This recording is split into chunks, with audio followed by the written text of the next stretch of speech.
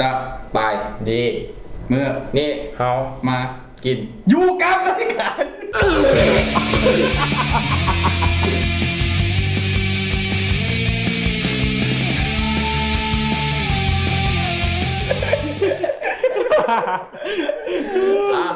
เดี๋ยววันนี้อยู่กับรายการร้องไอ้ฮู้นี่เองสำหรับมื้อนี้เอาอย่างมาเรียเอาฮอทดอกเนาะฮอทดอกมาร้องเบิ่งโดยการกินฮอทดอกแบบสอดเดียวบ่ต้องย่ำ ต้องย กินแบบบ่ต้องย่ำเดี๋ยวสิมาร้องเบิ่งว่ามันสิสามารถเฮ็ดได้บ่ในการกินฮอทดอกโดยที่บ่ย่ำ เอายัดลงเลยเนาะ แม้แล้วเอาหยัดลงเลยแบบจับเข้าไปแล้วเข้าไปเลยว่านี้ กิ้วขึ้นมาคืน ก็ร้องเบิ่งมันจะกินได้บ่เพราะว่ากูร้องไปเบิ่งYouTube เห็นก็ต้องกินได้เดี๋ยวมาร้องกินเบิ่ง ำคนบ้ากินฮอทดอกคำเดียว เพลงน่าร้องอ้าวเดี๋ยวเริ่มจากต้นซะเริ่มมาทางนี้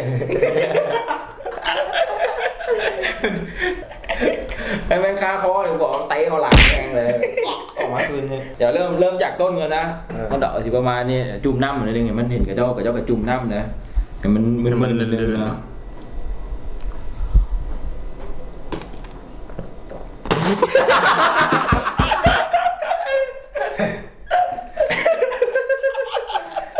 ที่สูงชัวงู อยู่เรื่องแบบ ปากไว้มือปิดปากไว้นี่เสียงเบิร์นนี่ เดี๋ยวกูลองว่า คนอื่นดู จูนก่อน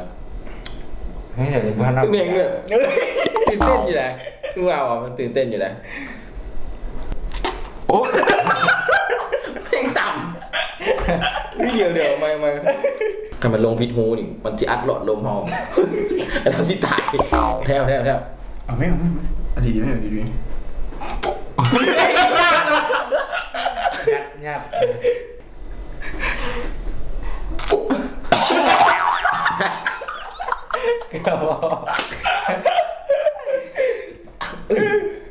มันยากไงวะโป้ลงพี่โบมันมาเห็นแบบเนี้ยแปลกๆแหละแบบสิ่งที่คนอื่นกินไม่ได้มันกินได้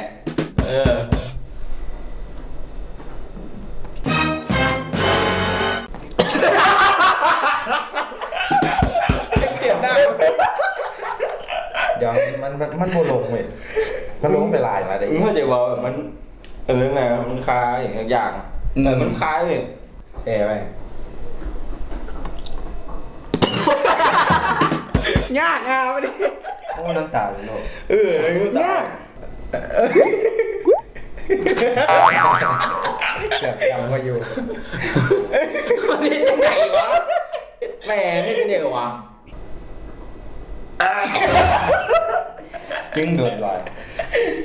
บอกแบบตอนเปิดต้องแบบหยัดต้องไปใช่ไหม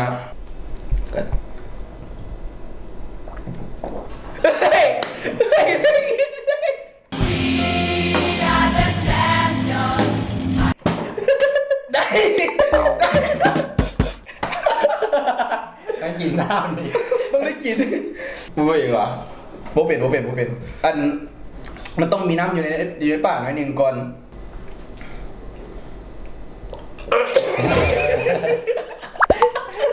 ไก่น้ำโอ้โห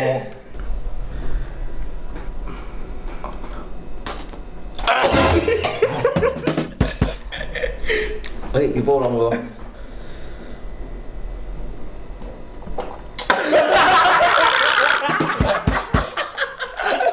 อีลงมานะเสียงกันนะ เสียงมึงสองเดียววะ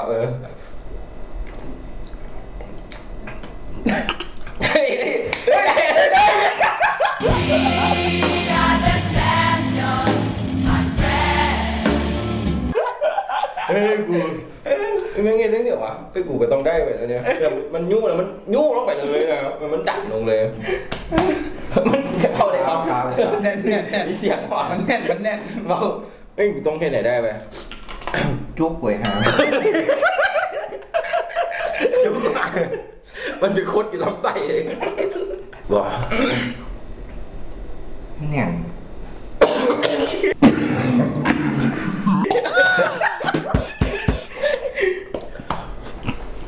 มูดจึงแน่นแน่นเสียงเปลี่ยนอีกเสียงเปลี่ยน กูเรื่องกูแบบนี่เลยเหรอ เนี่ยวะเป็นกูบอกเคยจะบอกคอยกับพวกเคยไป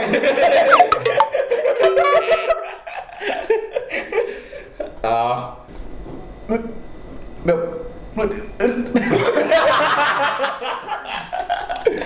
รึดเลย แบบยูแล้วแบบเอาคอกลืนมันลงเยอะคอบีบมันลงว่ะ เก่งคอว่ะ อะไรวะ เก่งคอแบบ คืองูอ่ะทางงูกินเหยื่อเห็นเหรอ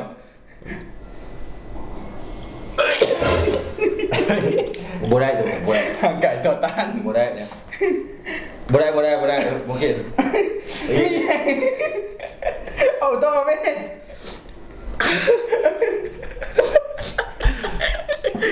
เอ้ยมีฮะเว้ยว่างานเนี่ย ยาก แล้ว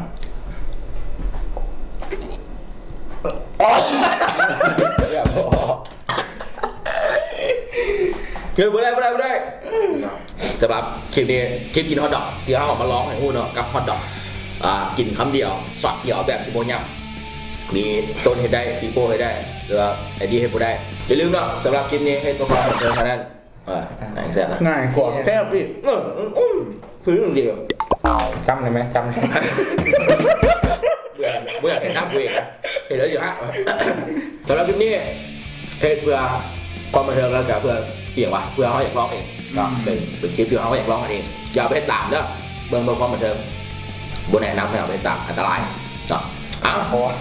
สำหรับคลิปนี้ไผ่เดียวมากอย่างบักเปล่าอย่าง สำหรับคลิปนี้ใครที่มาก็สามารถกดไลค์กดแชร์กดติดตามและอย่าลืมกดกระดิ่งให้พวกเรานำและสุดท้ายนี้ขอกล่าวคำว่าสบายดีคนเดียวเลย แล้วเจอกันใหม่ EP ต่อไปเจอกัน บาย